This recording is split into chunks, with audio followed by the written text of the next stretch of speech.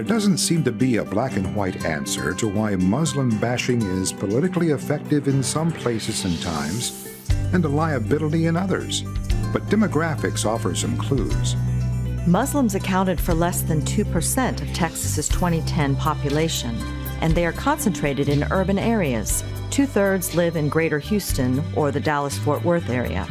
Outside the major cities, Islamophobic politicians have little to fear from alienating Muslims, and potentially much to gain by playing to anti-Muslim and anti-immigrant sentiments in the Republican base.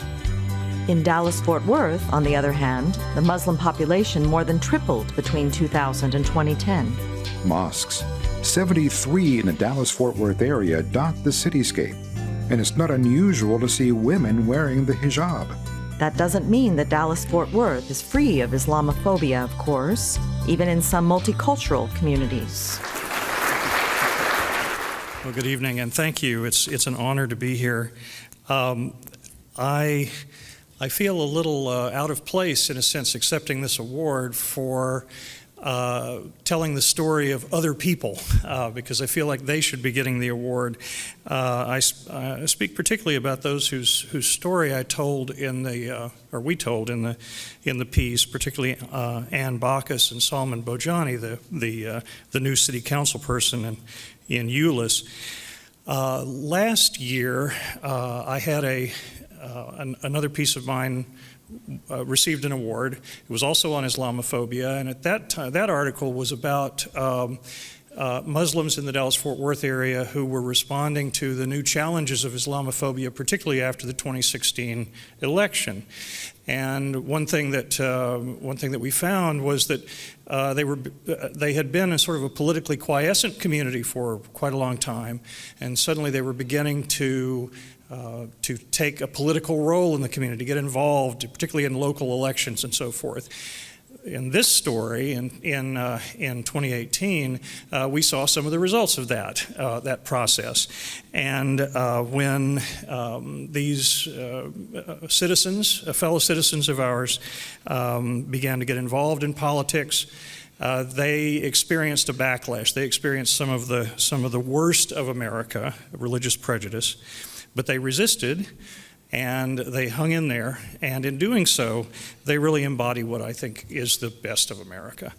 And so I'm accepting the award partly for them.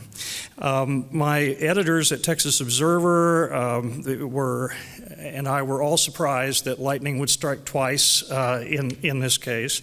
And I do want to thank them because writing, of course, as many of you know, is a team effort. It's not just the author, but the other people. And the editors are Rose Cahalan, Forrest Wilder, Colton Parker. Colton, in particular, accepted my pitch originally and helped me shape the article to where it was more readable. He also worked with me on all those statistics that you saw there, and trying to get those demographics into the story in a way that wouldn't put people to sleep, which is a danger with using statistics. And I'm enormously thankful to them. Especially with religion coverage kind of dwindling, especially in Texas newspapers and so on, that they have given a religion and politics scholar, an academic, a chance to write about religion for a general audience.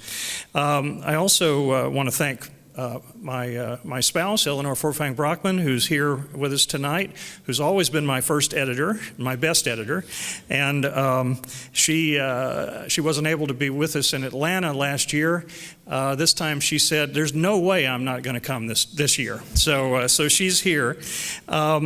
And finally, I want to thank Bill Martin and my colleagues at Rice University's Baker Institute for Public Policy, where I serve as a non-resident scholar.